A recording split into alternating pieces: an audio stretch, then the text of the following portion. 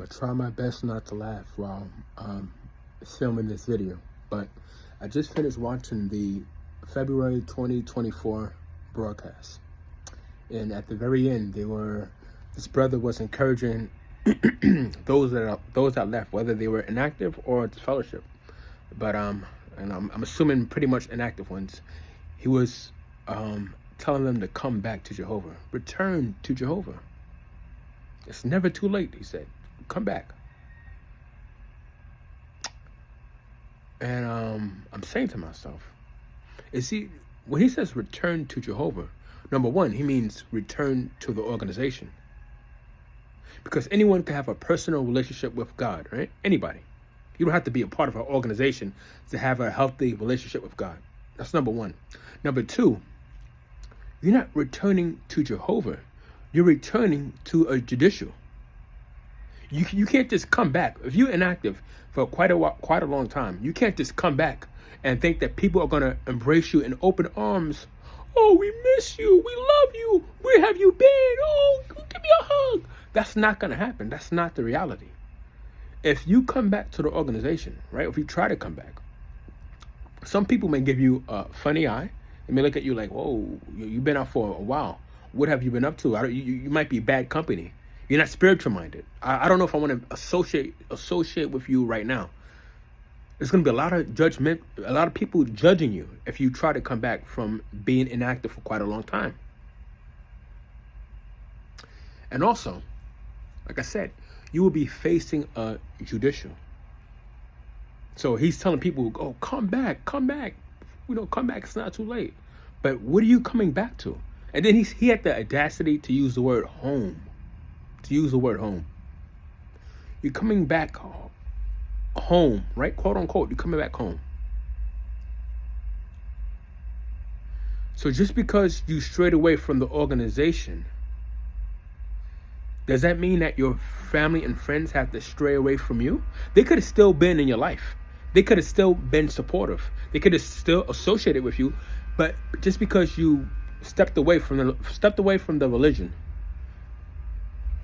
and they're telling you to come home, so you have to be a part of that organization to come home. How come you can't just be away from the organization, remain inactive, and still keep your family and friends? But there, he's tying home to the organization. He's saying in order to have a healthy relationship with your family and friends, we need to come home. Come back home.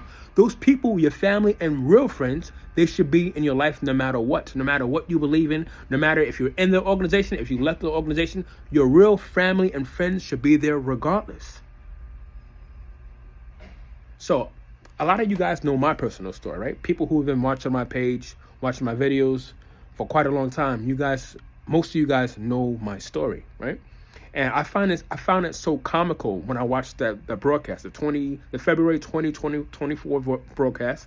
He's encouraging inactive ones to come home, because I tried to do that, right? I was inactive for several years. I tried to come home to the organization. I even was living like a legit witness for 2 whole years. For 2 whole years before I even spoke to the elders. But did the elders welcome me back in loving arms? Did they say, oh, we are so happy that you stopped fornicating. We're so happy that you left the world. We're so happy that you are living like a witness again. We are proud of you. We love you. Did that happen? No, that didn't happen at all. In fact, the exact opposite happened. When I came home, I came back home to hate. I came back home to elders that were so quick to abuse their authority and to abuse their power. I came back to that's what I came back to. So this home stuff, when I watch the broadcast and this brother's talking about coming home, he's encouraging inactive ones to come home to Jehovah, like it's going to be all peaches and cream. It's going to be all good. Oh, we will accept you back. Come on, we'll take you back. No, that's not going to happen. You try to come back, these elders are going to set up a judicial with you, and it's a good possibility if you've done anything wild while you was out in the world, if you fornicate, if you watch pornography, if you have a drinking problem, it's a good possibility that you will be shunned. So you coming back home for what? You're not coming back home to be loved. You're coming home to be judged by 3 men and possibly shunned. So much for coming home, huh? So much for a homecoming. So I found it so comical when I watched that video, right?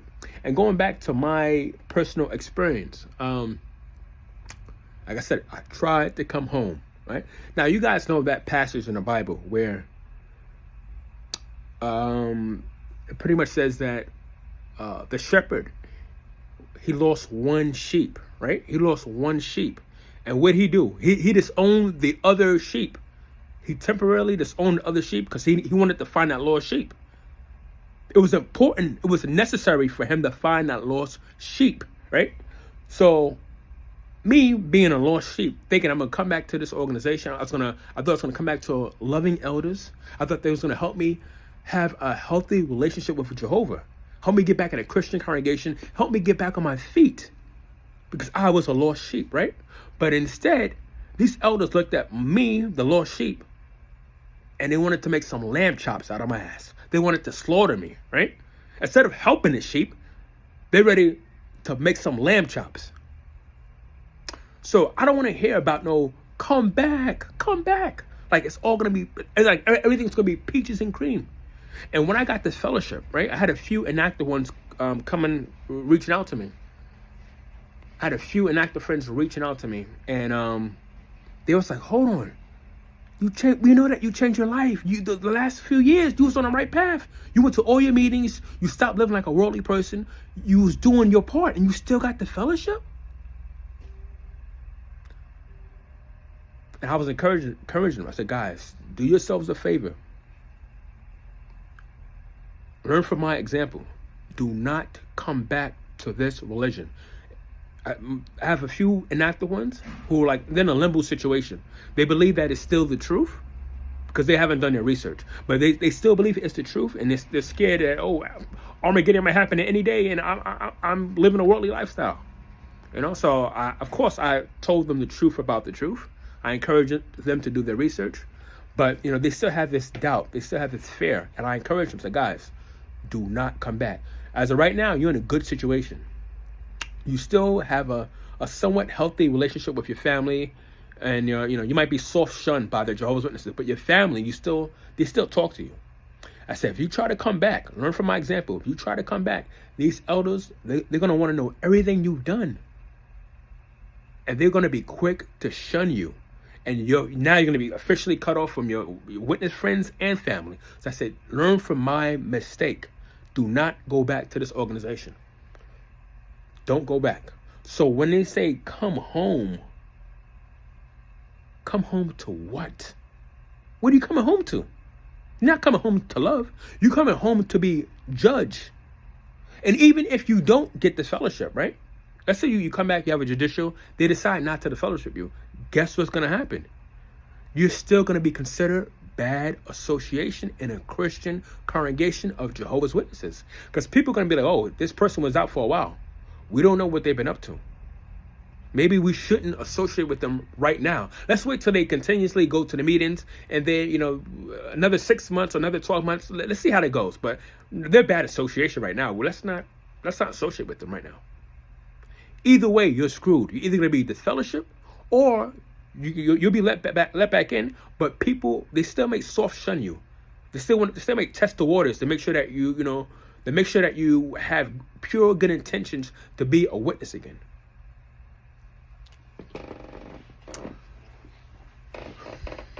So when they say come back home to what? What are you coming back home to? Once again, what are you coming back home to? It's not love. Jehovah's Witnesses don't love you unconditionally. Like I said before, you shouldn't have to come home to associate with family and so-called witness friends. They should be, if they really love you, if they really care about you, genuinely, they would associate with you. They would keep in contact no matter what. They would be there for you unconditionally no matter what. You shouldn't have to come back home to have that relationship with them. It should be there unconditionally. Also, what happened my judicial with the elders, right? In order for me to come home, I had to have a clean slate. They felt like I committed too many immoral acts. I fornicated. I slept with quite a few people while I was an actor, right? And they kept saying, you know what? We don't think you are repentant. We need to see you at the meetings. We need to see your repentance. They kept saying, we. Well, that's all I heard. We need to see you at the meetings. We need to see we need to see that you're repentant. We. So many we's, I thought they were speaking French. I'm ready to book a ticket to Paris. That's how many we's I heard. And I kept saying to myself, why do I gotta prove myself to men? If I had a true desire to come back home to God, right? Because I thought I was coming back to serve Jehovah. But in reality, when you come back, you're coming back to serve men, to prove your repentance to men. They have to see it. You can't just come back home. You can't just come back home. It's not going to be smooth sailings like that, like this brother portrayed it to be in this 2024 broadcast. So anyone that is curious, anyone that's inactive, that's watching this video, and you're contemplating on returning to this organization, keep in mind, it's not as peaches and cream as they portray it to be. That's not the reality of the situation. The witnesses are not going to welcome you back in loving arms. Some might. Because not everybody's the same. There are some loving witnesses out there, right? But there's a lot of judgmental people out there. And a lot of people are going to look at you sideways. And like I said, you're either going to get the fellowship if you committed any gross sins, or you're going to be soft shunned. And while you try to come back and you surround yourself with witnesses, ask yourself this one question. This very important question. How come these people didn't keep in touch with me when I left the organization? I'm still a good person. I still care about people. I still have a good heart. So how come they disappeared? How come they wasn't in my life when I departed from this religion?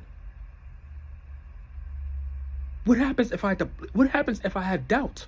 What happens if I leave again? Are these people gonna flake off and forget about me just like they did before? Do I have to stay in this organization to keep my family and friends? Should I have to stay in this organization to keep my family and friends? Is that true, real agape love? So, if you want to return to Jehovah, you're coming back home. Coming back home to what? Think about that. I love you guys. I'll see you in the next video.